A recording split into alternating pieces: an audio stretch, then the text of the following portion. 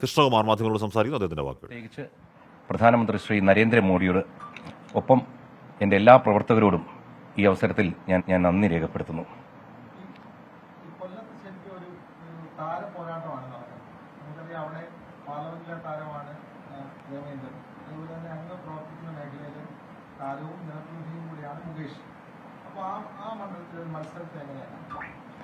അല്ല, സ്വാഭാവികമായിട്ടും ഞാൻ കാണുന്നത് എങ്ങനെയാണെന്ന് വെച്ച് കഴിഞ്ഞാൽ പുരാതന കാലം തൊട്ടേ കൊല്ലം സാംസ്കാരികമായിട്ടും സാമൂഹികമായിട്ടും വളരെ ഉയർന്ന നിലയിലായിരുന്നു. പക്ഷെ അവിടെ നിന്ന് നമ്മുടെ സംസ്ഥാനത്തിന്റെ രൂപീകരണത്തിന് ശേഷം ഇരു മുന്നണികളും തീർത്തും അവഗണിച്ചാണ് കാണുന്നത് കൊല്ലത്തെ. കാരണം ഇപ്പൊ പറഞ്ഞതുപോലെ അവിടെ ഒരു MP ഉണ്ട്, ഒരു MLA ഉണ്ട്. പക്ഷെ ആ ജില്ലയുടെ ആ നഗരത്തിന്റെ ഒരു അവസ്ഥ നമ്മളൊന്ന് ആലോചിക്കണം. എന്തെങ്കിലും ഒരു മേഖലയിൽ നമുക്ക് വികസനം കാണാൻ കഴിയുന്നുണ്ടോ? ഇല്ല. അപ്പോൾ നമുക്ക് കാണാൻ കഴിയുന്ന വെച്ചാൽ മോഡിജിയുടെ വികസനത്തെ പറ്റി ഞാൻ പറയണ്ട. കാരണം ഈ വാക്കാൽ പറയുന്ന വികസനമല്ല, കണ്ണിൽ കാണുന്ന വികസനങ്ങൾ നമ്മൾ കാണുകയാണ്. ഉദാഹരണത്തിനായിട്ട് ഒരു വന്ദേ ഭാരത് നിന്ന് ട്രെയിൻ വരികയാണ്.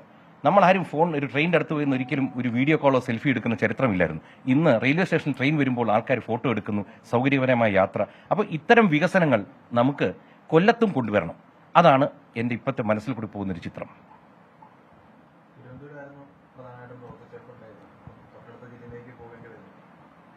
അല്ല, അങ്ങനെ കാരണം വെച്ച് കഴിഞ്ഞാൽ എനിക്ക് എവിടെ ഇട്ടാലും ഇപ്പോൾ ഒരു ഇലക്ഷൻ കഴിയുമ്പോൾ സാധാരണയായിട്ട് നമ്മൾ കാണുന്നൊരു വിഷയം എന്ന് വെച്ച് കഴിഞ്ഞാൽ ഇലക്ഷൻ കഴിഞ്ഞാൽ ഇപ്പോൾ ഞാൻ സ്വയം എനിക്ക് സെലിബ്രിറ്റി എന്ന് പറയാൻ പറ്റില്ല, പക്ഷെ ഒരു കലാകാരനായിപ്പോയി നമ്മളെ പൊതുജനം അറിയപ്പെടുന്നു, ഇഷ്ടപ്പെടുന്നു. അവർ സാധാരണ വന്ന് ഒരു ഇലക്ഷൻ കഴിഞ്ഞ് ജയിക്കുകയോ തോൽക്കുകയോ ചെയ്ത് കഴിഞ്ഞാൽ പിന്നെ അവിടെ കാണത്തില്ല. പക്ഷെ അന്നും ഞാൻ പറയുന്നുണ്ട്, എനിക്ക് ഏത് മേഖല തന്നാലും ഞാൻ അവിടെ നിന്ന് വർക്ക് ചെയ്യും. ഉദാഹരണത്തിന് ഞാനൊരു പാർട്ടിയിൽ ജോയിൻ ചെയ്ത് 3 വർഷം ഇലക്ഷൻ നിന്നിട്ട്, അസംബ്ലി ഇലക്ഷൻ നിന്നിട്ട് ഇപ്പോൾ 2.5 വർഷത്തോളമായി. ഈ 2.5 വർഷത്തോളവും ഞാൻ തിരുവനന്തപുരത്ത് നിന്ന് പ്രവർത്തിക്കുകയായിരുന്നു. ഇപ്പം തന്നെ ഞാനൊരു MPയോ MLAയോ അല്ലെങ്കിൽ ഒരു സ്ഥാനവും പാർട്ടിയിൽ വഹിക്കുന്നില്ല. നാഷണൽ കൗൺസിൽ മെമ്പർ എന്ന് പറഞ്ഞ് നമുക്കൊരു വലിയൊരു ഒരു സ്ഥാനം തന്നിട്ടുണ്ട്.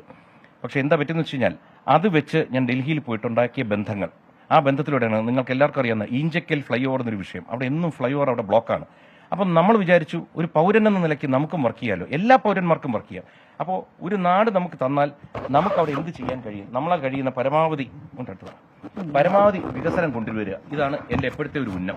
അപ്പോൾ അത് ഇനിയിപ്പോൾ കൊല്ലത്താണ് എൻ്റെ ചുമതലയെങ്കിൽ കൊല്ലത്ത് പോയി ജോലി ചെയ്യുക, പരമാവധി എന്നാൽ കഴിയുന്നത്. കാരണം വെച്ച് കഴിഞ്ഞാൽ ഇന്ന് നമ്മുടെ പ്രധാനമന്ത്രിയുടെ അടുത്തൊക്കെ നമ്മൾ എന്ത് ചെന്ന് പറഞ്ഞാലും അതിനകത്ത് യുക്തിയുണ്ട്, അതിനകത്തൊരു കാരണമുണ്ടെന്ന് കണ്ടാൽ അവർ സഹായിക്കും, അത് ഏത് മന്ത്രിയാണെങ്കിലും. അപ്പോൾ കൊല്ലത്താണ് ഇനി എൻ്റെ ചുമതല എന്ന് തോന്നുന്നു. അങ്ങനെയാണെങ്കിൽ ഇനിയുള്ള കാലം അവിടെ ജീവിച്ച് അവിടെ പ്രവർത്തിക്കാം.